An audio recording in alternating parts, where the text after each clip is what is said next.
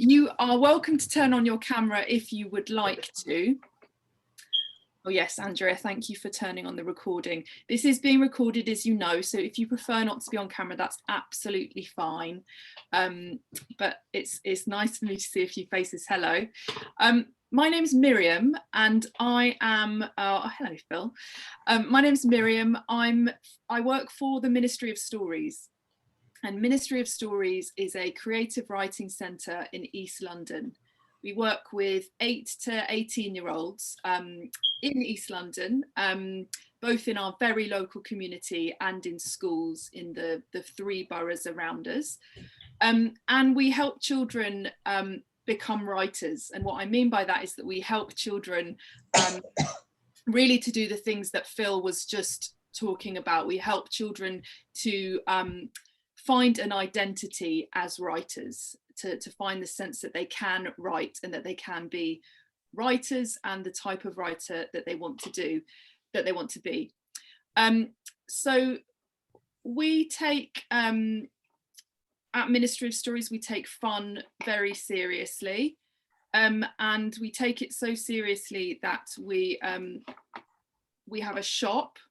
This is the front of the Ministry of Stories. It is a shop called Hoxton Street Monster Supplies, which you, if you can see this screen share, there it is.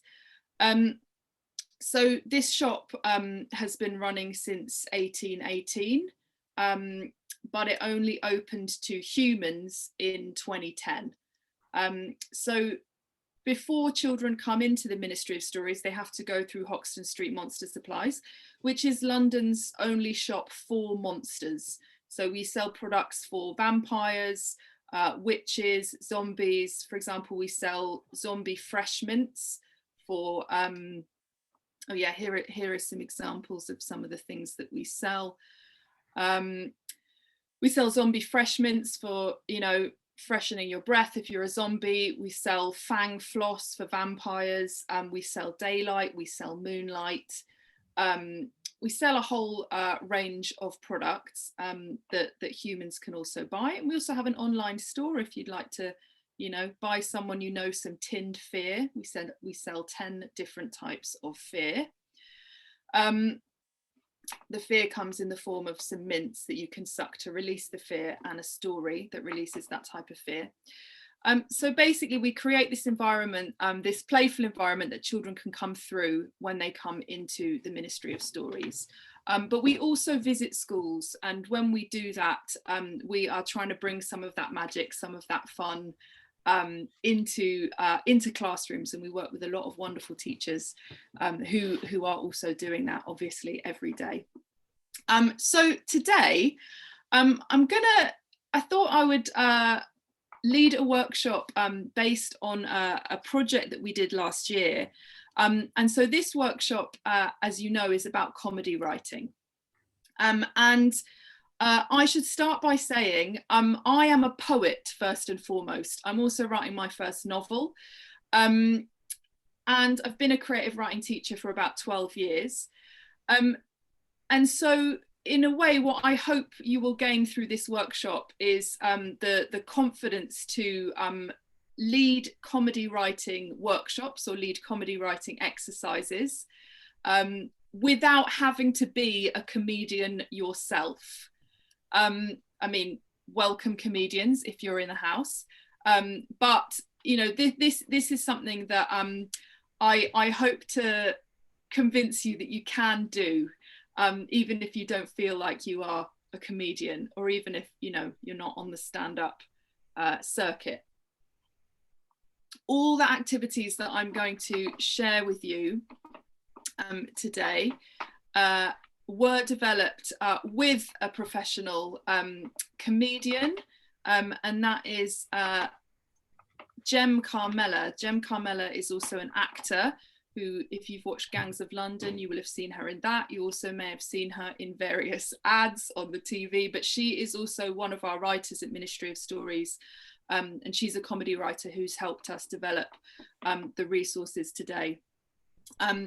And what I will do at the end of the workshop is I will share a PDF resource with all of you that you can take away, that includes the exercises that I'm going to share with you, and that you can use and adapt to your classrooms or the spaces in which you are teaching.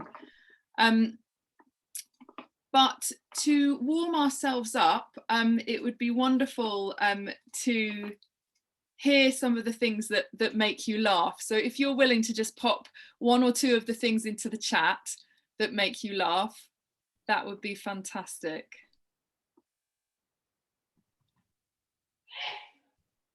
Yeah, wordplay, puns, brilliant. Visual comedy, yeah. So when I think visual comedy, I'm thinking like memes, for example. Things that go wrong, absolutely. Things that go wrong, slapstick, falling over. Yeah, okay, Schadenfreude, fantastic. Schadenfreude is a word that I love to teach my students because it's quite hard and satisfying to say. And basically, you know, when I ask the students at the start of a workshop, well, what makes you laugh? And we start to collect some things. Someone always says when people fall over, and I explain that that laughing at people falling over or things going wrong for other people is called Schadenfreude. And it's a very, very human thing. We don't have to feel bad about that. That's a very human thing to feel relieved that something bad is happening to someone else, not ourselves. Facial expressions, misunderstandings, funny middle grade stories. Fantastic. Laughing at yourself. Yeah, that's a really great one. Thank you. So this is a really good question to ask your students when you're starting to work with humour and with comedy. And I guess before we begin, also I've been thinking this morning about the question, you know, why teach comedy? Why teach comedy writing?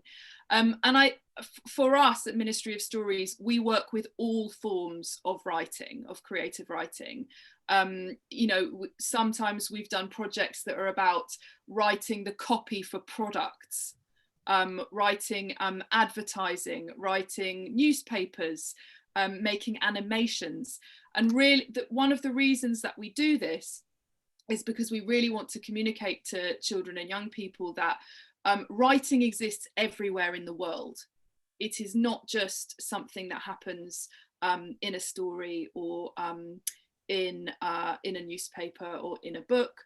It's something that exists all around us, and all around us are things that people have written, that people have had to come up with. And the other thing is that it's great to dip into comedy because you will find that there are some students who really take to it and who maybe haven't quite found their way in other forms of writing. And it can be really surprising, actually. Sometimes you can find a student who comes across very quiet when they're given these techniques, actually coming out with some really, really funny stuff. But also, hopefully, as we go through the workshop, you'll see that what we're going to do is very step by step.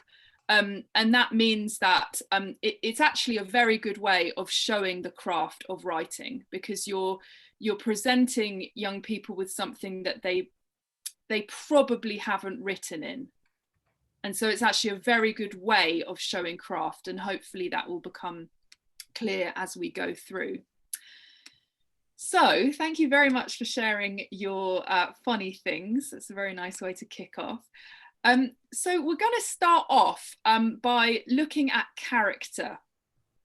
So much of comedy is based in character, and we're going to think about characters who are unsuitable for their roles.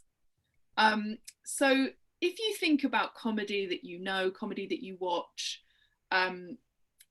you will be able to identify characters who are unsuitable for their roles. And a very classic one, which goes across generations, is Homer Simpson. Homer Simpson is a father, first and foremost. That's his role in the show. But he is a childish father. He is highly unsuited to the role of father. And a lot of the comedy in The Simpsons around Homer comes from this. So we're going to think about some characters who are unsuitable for their roles. And to do that, I will share some roles with you. So here we have some roles: teacher, doctor, spy, princess, etc., hairdresser. So just choose a few of these, maybe choose 3. You can add your own as well. Write them down. And you're going to pair them with some adjectives. You can use these or you can add your own. You want to make the most unlikely, inappropriate pairings possible. So we've had the childish parent with Homer Simpson. One of the popular ones with our young people is the allergic vet. One of my favourite ones is the emotional police officer. I think that's a fantastic character, the emotional police officer. We've recently been having the vegan butcher quite a lot. So characters unsuitable for their roles. So just note down a few inappropriate pairings.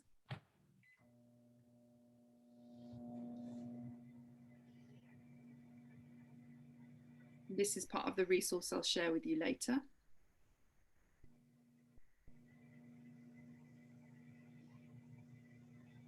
So can we see a few of those in the chat? If anyone's got one that they're willing to share. Does anyone want me to put that back on the screen? Just, yeah, okay, yeah. I'll keep that up for a bit. I'm going to look in the chat.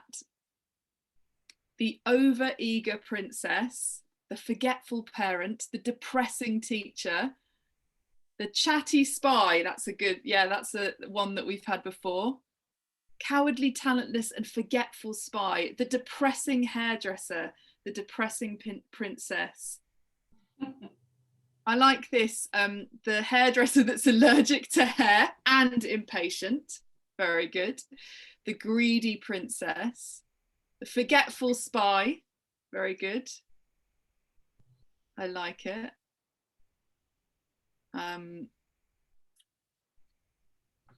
The lazy spy. If you want, you can start to create your own, so you can go away from this list. Think about kind of people you might come into contact with in your life at the moment, like the postal worker, the news presenter, the shy politician, the over-eager and chatty builder, the always angry teacher, the lazy spy. Yeah, the lazy spy, it wouldn't be on Homeland, would it? We don't often see that in spy dramas. The selfish designer, that's an interesting one.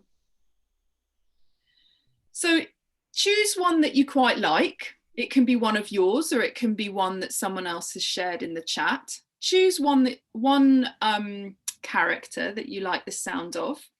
Try to focus on one element of that character.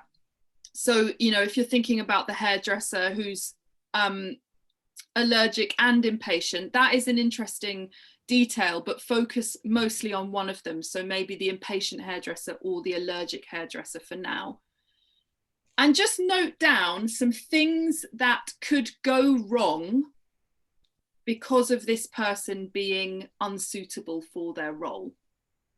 What are some things that could go wrong?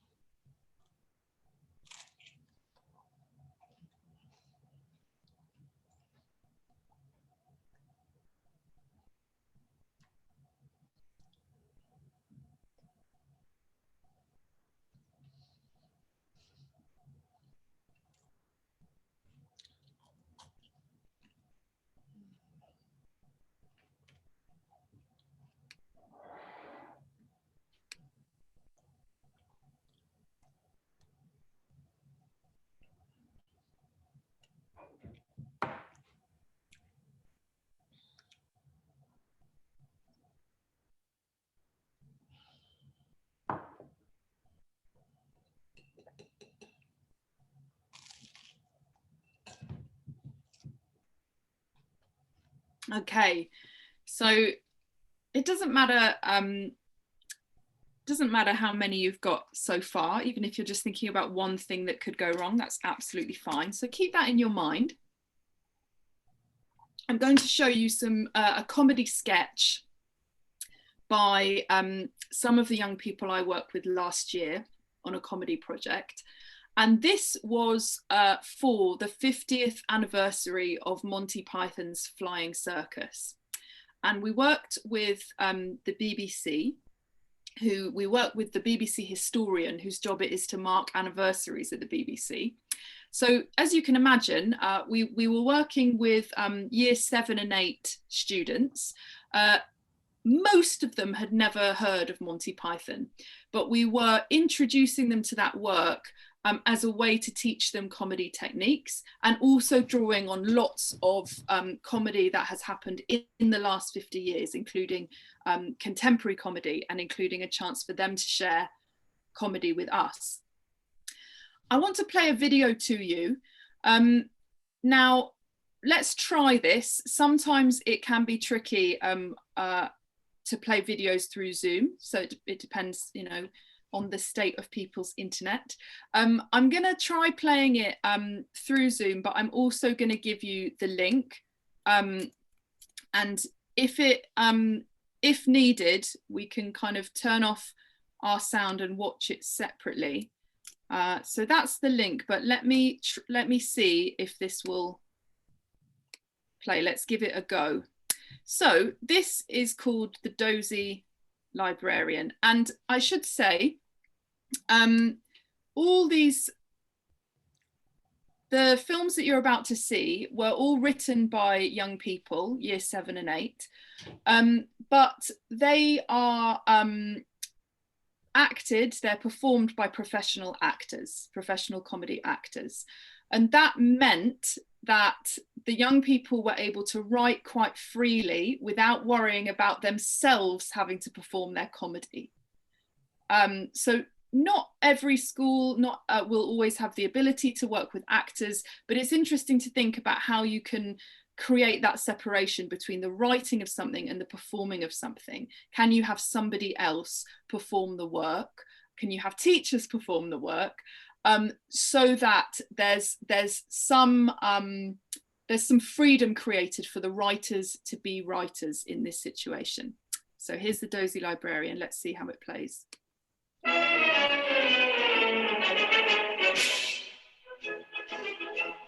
The Dosy Librarian is a series of 2 short sketches about a librarian who is no doubt unsuitable for his job. All our information is from our experience of how librarians really are. I hope you enjoy.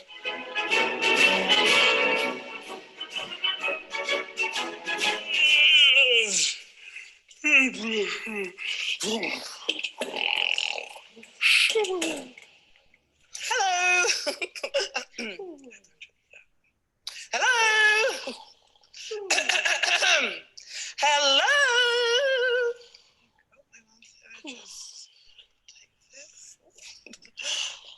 Stop it, Mom. Hello.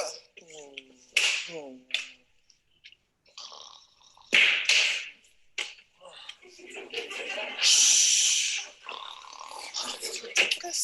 Fine, I will help myself. 10 whole minutes.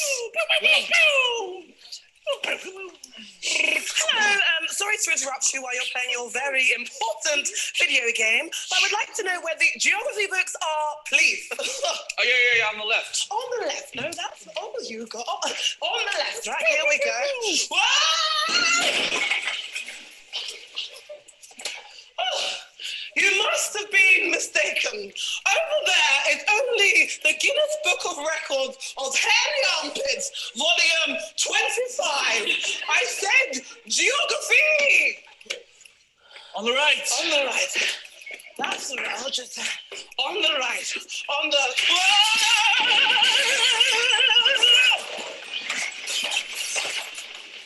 Whoa!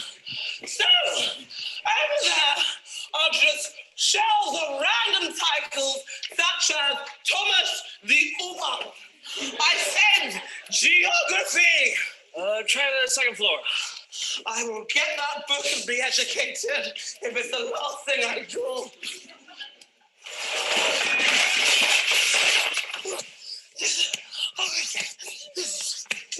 I will find that book and I will get it. Knowledge is power.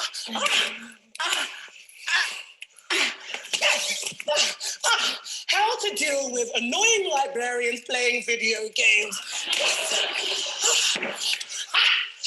Hello! May I borrow this book? Certainly, what's it about? It's about this!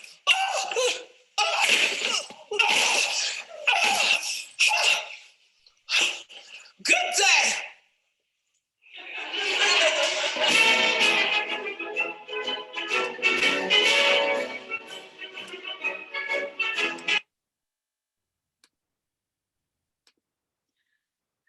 How was that? Was there anyone who couldn't see that? If you could see it, maybe use your reactions to give me a thumbs up. Did that play okay? We're going to be able to use video. Good, crying with laughter. Great, fantastic. Okay, good.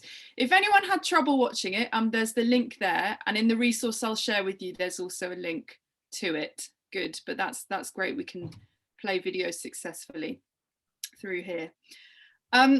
So as you can see, the young people really have a lot of fun with that, writing about characters unsuitable for their roles.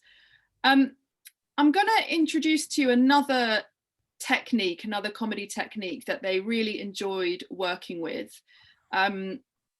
And then I will take you through a process of how we actually got them to write the scenes. So the way that we ran this program is that we introduced several key comedy techniques specific to sketch comedy in this case. And then we went into writing scenes. And as you can see from that one, we encouraged the young people to work with scenes that would be recognizable to them and their peers. So like being in a library, for example. Okay, so the next technique that I want to introduce to you on this comedy, this very quick comedy tour that we're doing, is silly worlds. So a silly world is just the same as our world, except for one thing. However, everybody treats the silly thing as if it were completely normal. So some examples that you might remember, it's fine if you don't, but if you might know these from Monty Python. Some examples of this would be the Ministry of Silly Walks, where John Cleese walks around with some ridiculous walks, then somebody, he works in the Ministry of Silly Walks, and somebody comes to him to try and get funding to develop a new silly walk.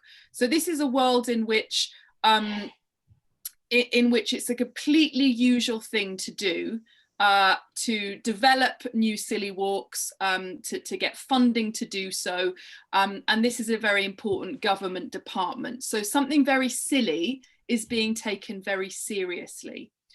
Another famous Monty Python sketch that uses silly worlds is one called The Killer Joke. This is about a joke that is so funny that whoever hears it dies from laughing, right? And it starts off with a news report about this joke and about the comedian who created it, who then died laughing himself.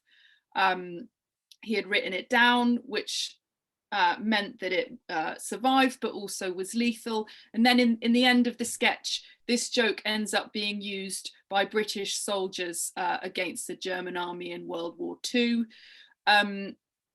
It gets, translated into German, and it becomes this weapon of war. So this is a world which is recognizable to us, but there is a joke that has the power to kill people. So I will give you an example now by our young people. This scene is called The Chicken Shop. And as you can see, they have changed one thing to make it silly.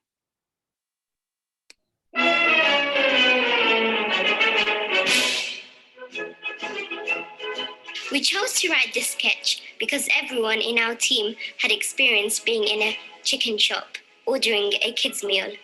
We used Silly World as our technique. We were inspired to have our setting in a shop by a Monty Python sketch. We hope you enjoy this sketch.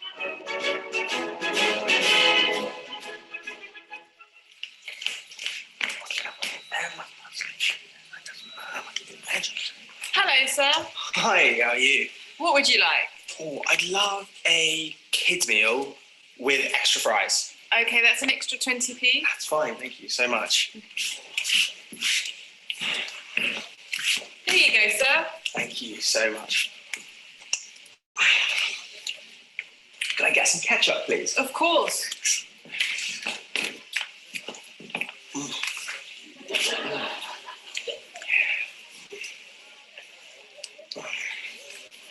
Ooh, yeah.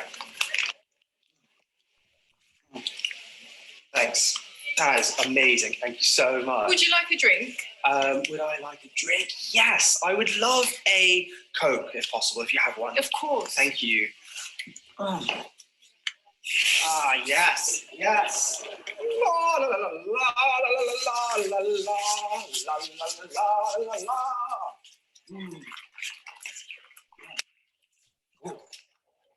Yes. Ah. Thank you. Hot sauce? Sure. Thank you.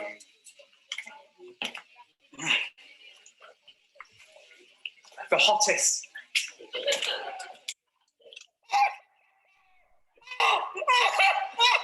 It's so good!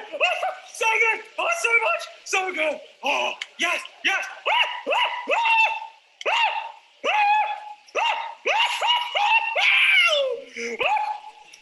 Thanks. There you go. Thank you. Yes, honey, keep it. Thank you today. Spicy, tasty, and all things nice.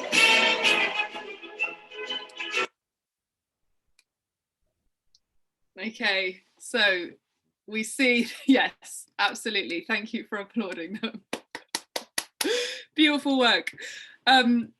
This was a very popular sketch with the whole school.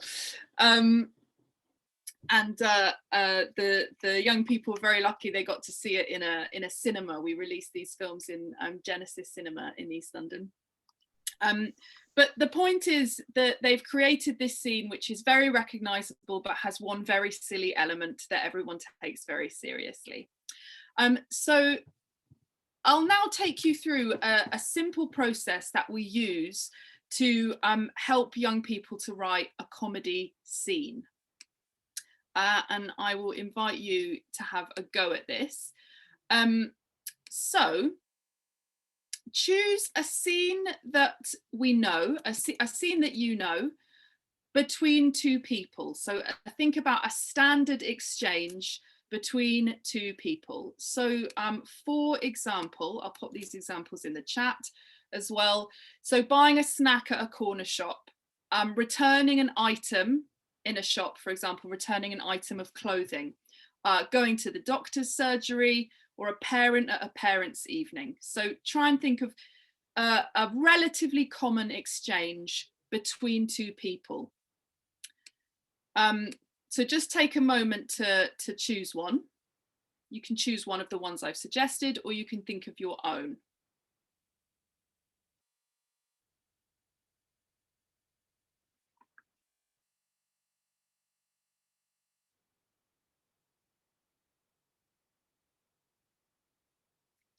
And if you're willing to pop in the chat, it'd be lovely to see the range of things people have chosen. If you've chosen something different from there, please feel free to pop it in the chat. You don't have to as well. Dog walkers meeting in a park, fantastic. Yeah, washing up at the sink with my son, bus stop, going to a dentist, brilliant. So for this exercise, it will be easier if you choose something that is a kind of commonly known exchange. So if you're choosing washing up at the sink with my son, maybe make it a kind of recognizable exchange within that. So like a teenage son and a parent. Teenage son doesn't want to do the washing up. Something that would not be too particular, something we'd understand as a general scene. Yeah, asking for directions, fantastic. So your first challenge is to write down the exchange that happens in this scene and make it really boring. You're going to try and write the most boring scene possible in this scenario. So if you've chosen somebody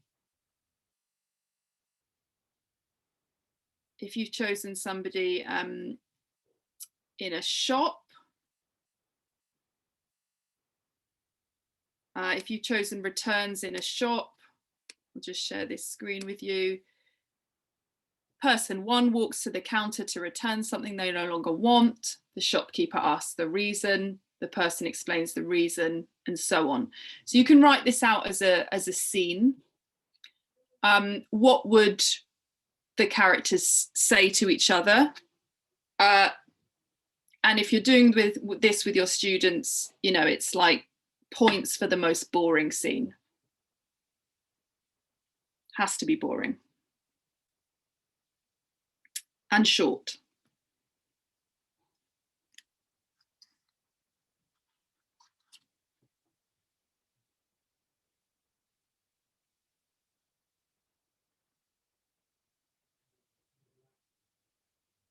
Try and get all the kind of standard steps of that exchange.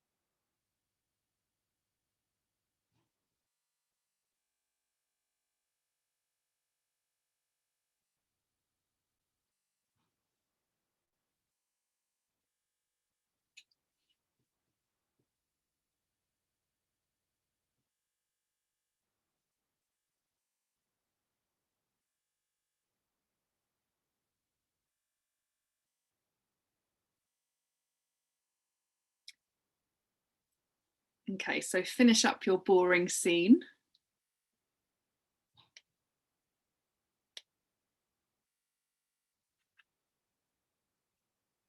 Think about how the scene finishes. So is someone thanking the other person? Have a good day. See you later. You're grounded. That might be a bit too interesting. You're grounded. Keeping it really boring.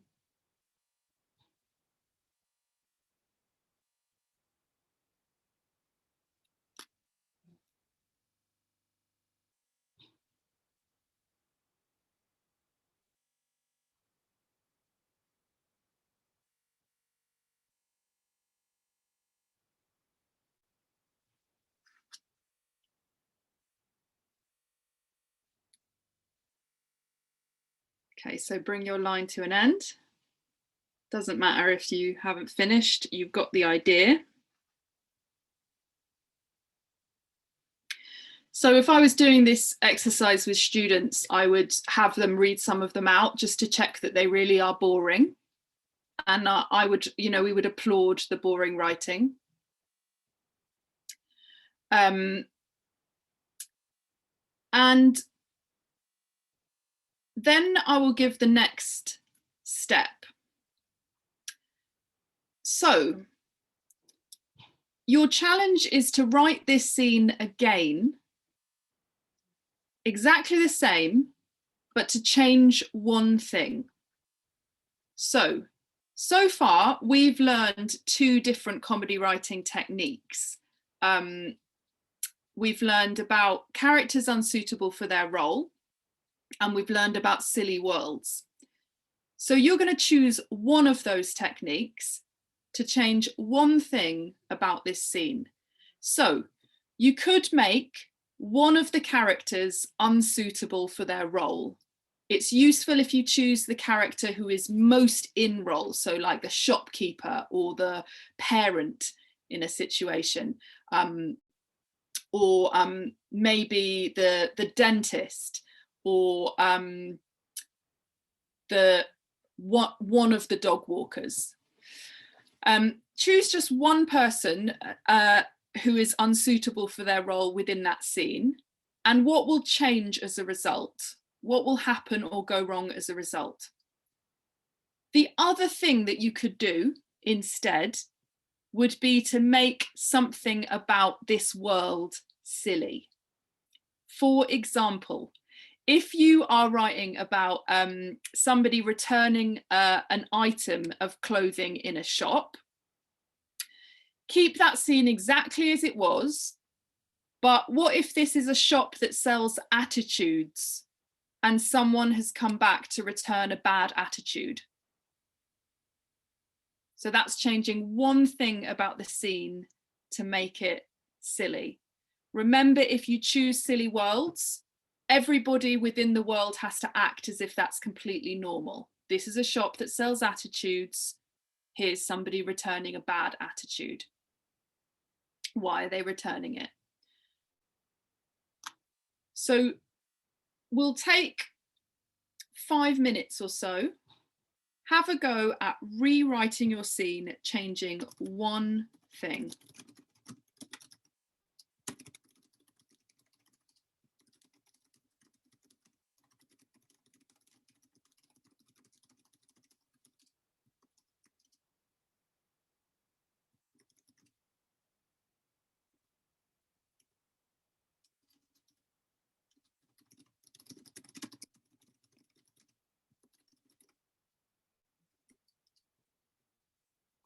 If you have any questions or you want me to repeat anything, just drop me a message in the chat. Or if you want to talk to me about your scene specifically, you should be able to send me either a public or a private message.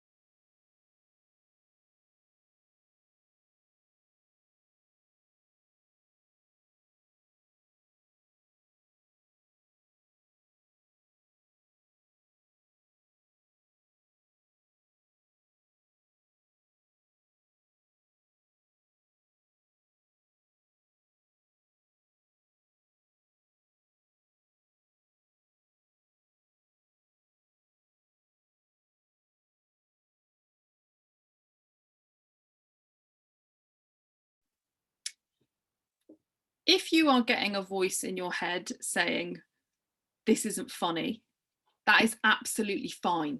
Yeah, don't worry about it. You're just trying to change one thing to see what happens. And generally it will take comedy writers, it will often take comedy writers ages to get to something funny. So don't worry about trying to be funny. Just try and do one of these things that we've been talking about.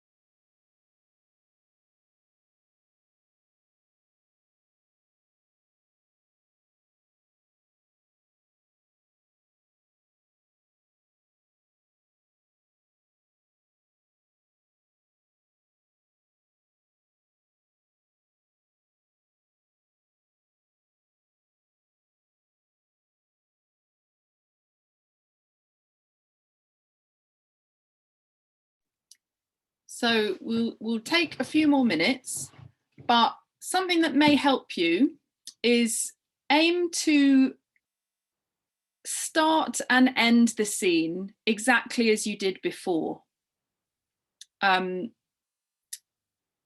Definitely to end the scene as you did before. So if you give the scene a completely usual opening and closing, and the one kind of strange or unusual thing happens in the middle, it will show us what kind of scene this is. So I should have said that at the beginning. Start and end your scene either exactly the same or almost the same as you did.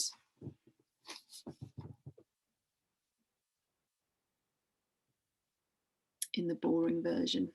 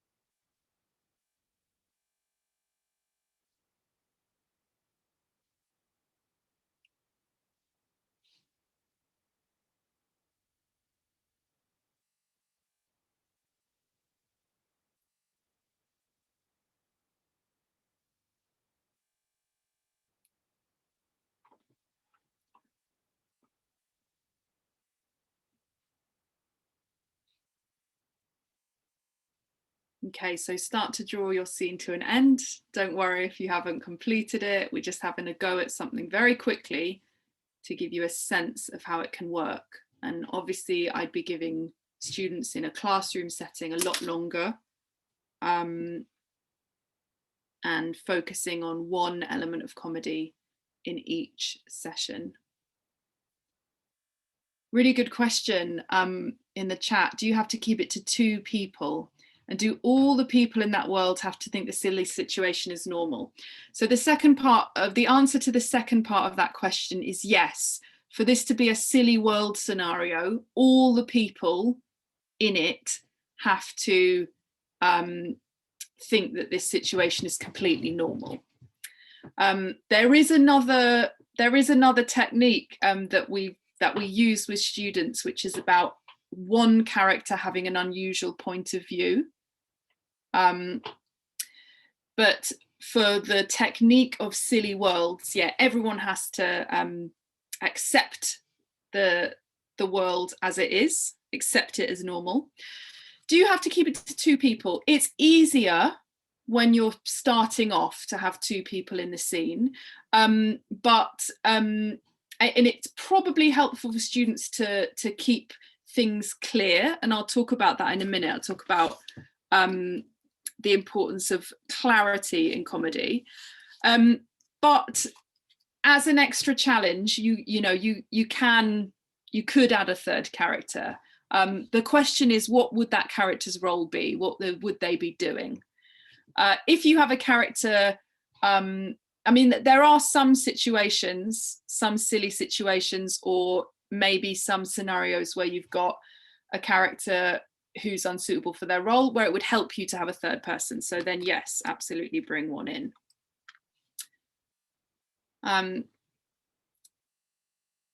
So draw your line to a close for now.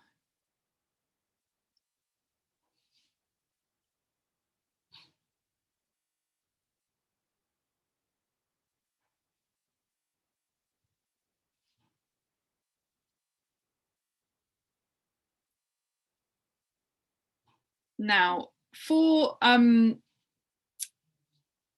this part of the workshop, I would love to hear one or two of the scenes, but there is also no pressure. There's never pressure in any of my workshops for people to share work. It's completely optional.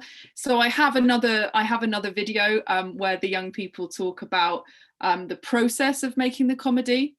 So I can easily show that.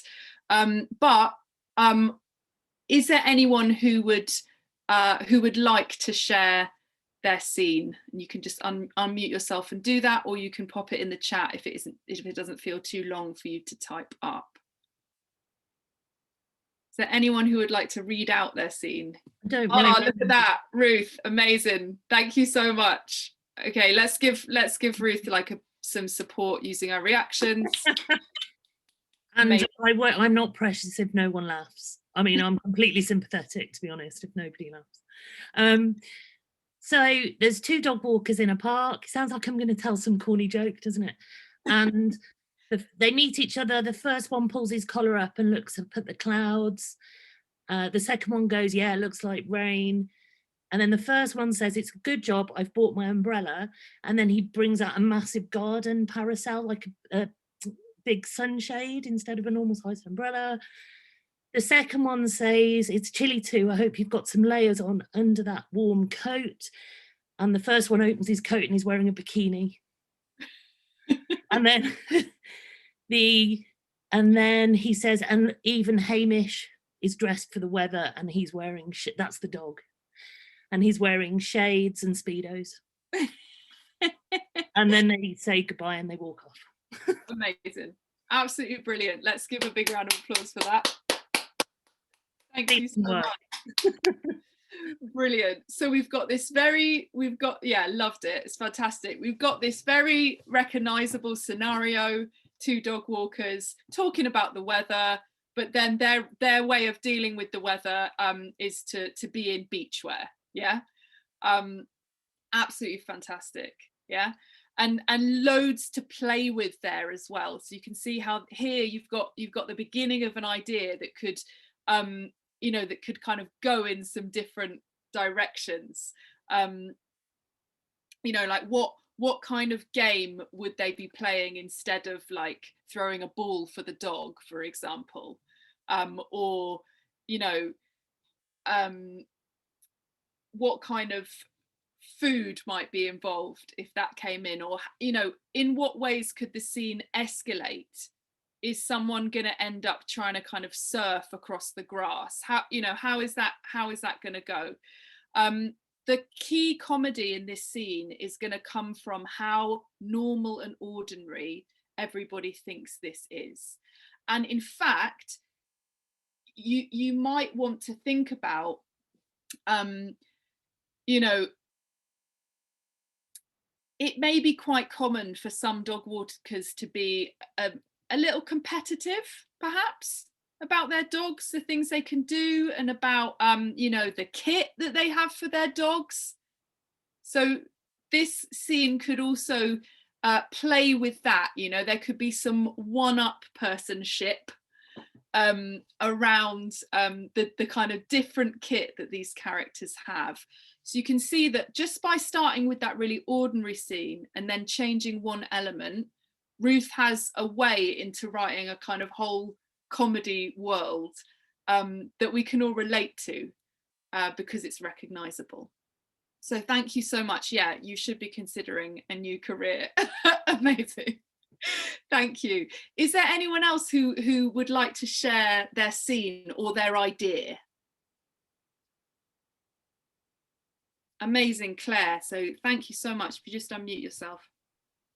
Yeah, I feel like it seems very familiar. I've probably just blatantly just copied a scene from somewhere that I've seen.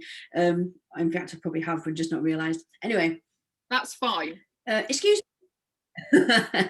Imitate to innovate and all that. Excuse me, could you give me directions to the train station, please? The train station. That's the thing with the trains in it, right? Yeah, the train station. Now, the bus station is back that way, around the corner where the old Woolworths used to be, on the left. Terrible shame that, isn't it? Or what happened to what? Yeah, terrible. But I'm booked on the 1:30 to Micklefield. Micklefield? Oh, don't go there on the train. Jump on the A64 and go past the wibbly wobbly fence. And if you get to the traffic lights, no, sorry, I'm not driving. I can't drive. That's why I'm catching the train. Right. Well, if you go down this road, turn left and walk for a few minutes, you'll come to a cafe called the Silver Spoon. Right. And the train station's next door. No idea. But Brian, who runs it, he'll know.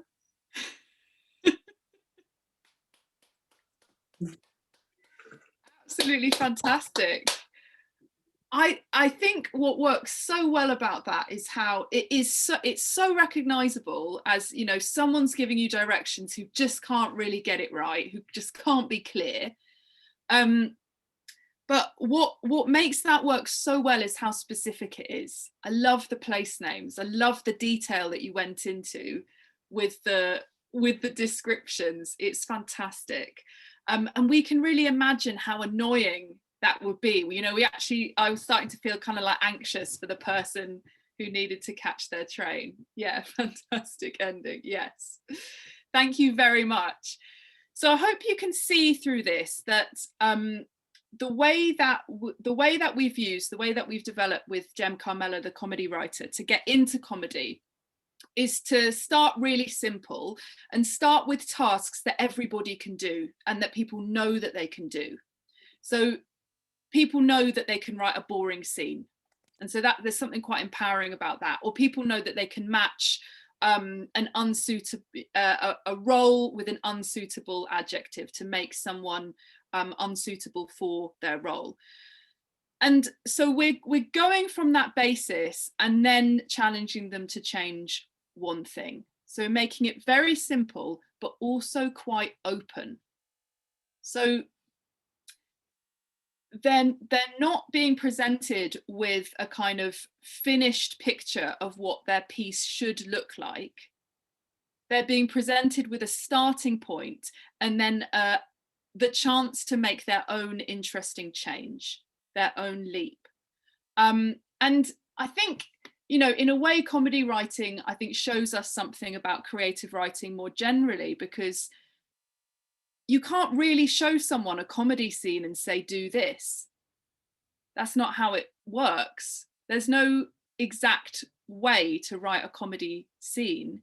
It's about the leap that they have to make from this boring, recognizable scene into something unusual or strange.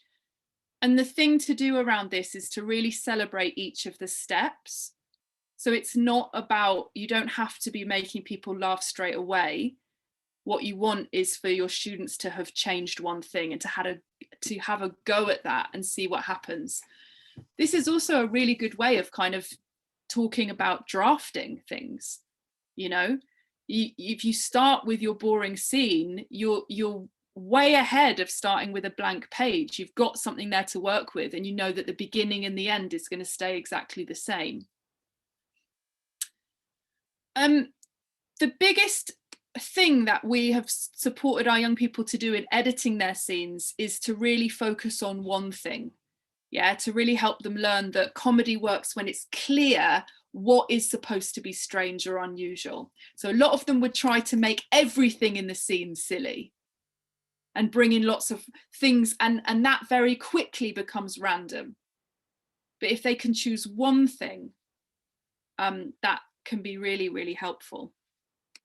So I'm just before we wrap up, I'm going to show you where you can download this resource that I'm using, and it has links to the videos. So those are, if you just go to that link, it's a downloadable PDF resource. And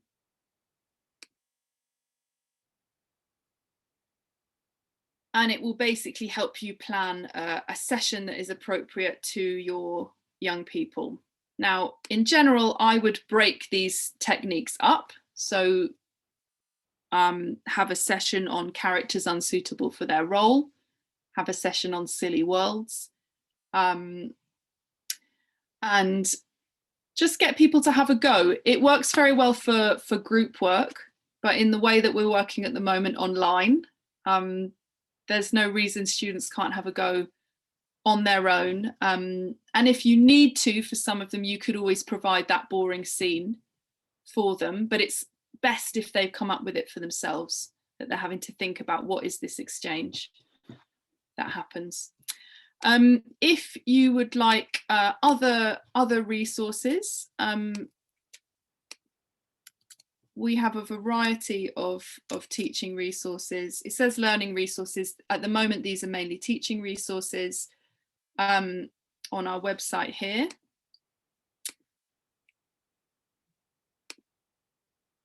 And if you are interested in buying some monster supplies for yourselves or at some point for your students, that's our monster shop, and you can support the Ministry of Stories.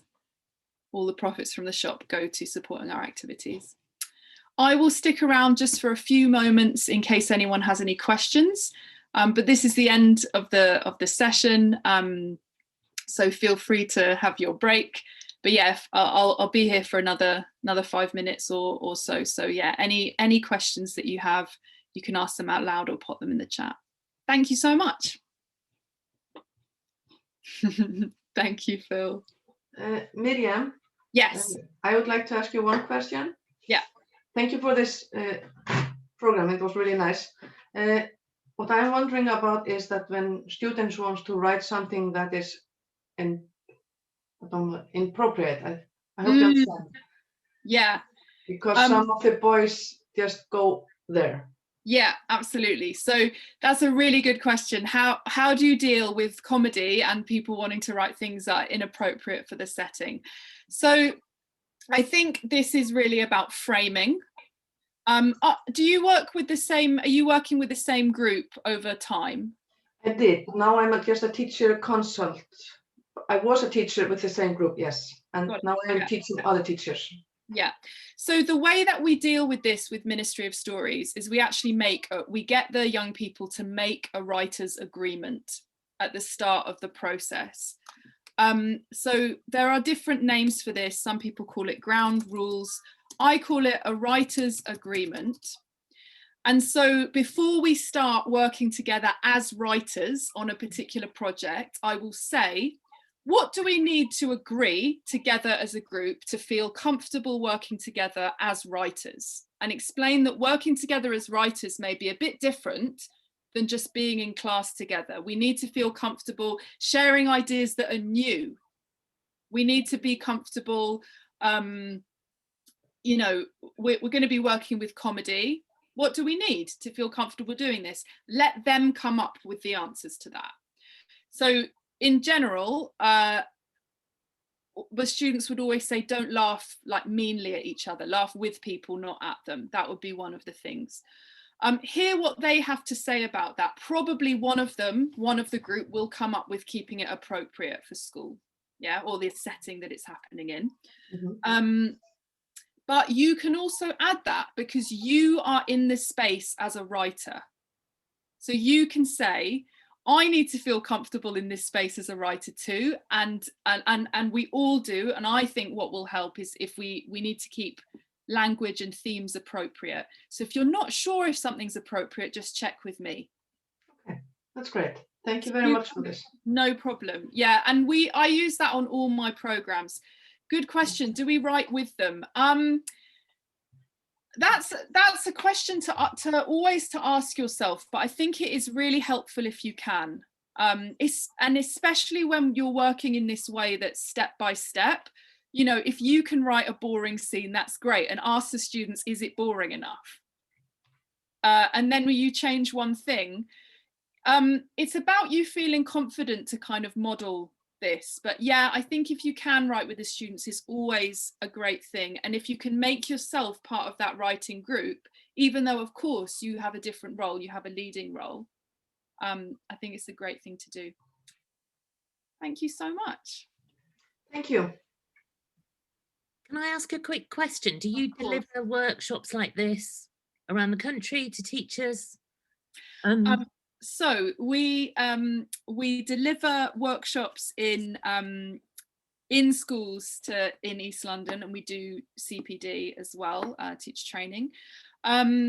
We do kind of consultation with organizations, often arts organizations, but there's no reason I think we couldn't do it with a school on, you know, how to run such projects and programs. Okay, I was just thinking how good it would be for groups of teachers or English leaders to be more aware of, you know, broadening children's writing experiences, really. No, thank you. I've put my email in the chat. Okay, great. If you do want to just drop me an email about what you would like, it's just really about because so much of our funding is focused in East London, but sometimes we are able to offer things further afield, particularly if it's around training. Okay. So yeah, drop me an email. Okay, thank you. Thank you so much, and thank you for sharing your work. Awesome. Have a lovely rest of your day.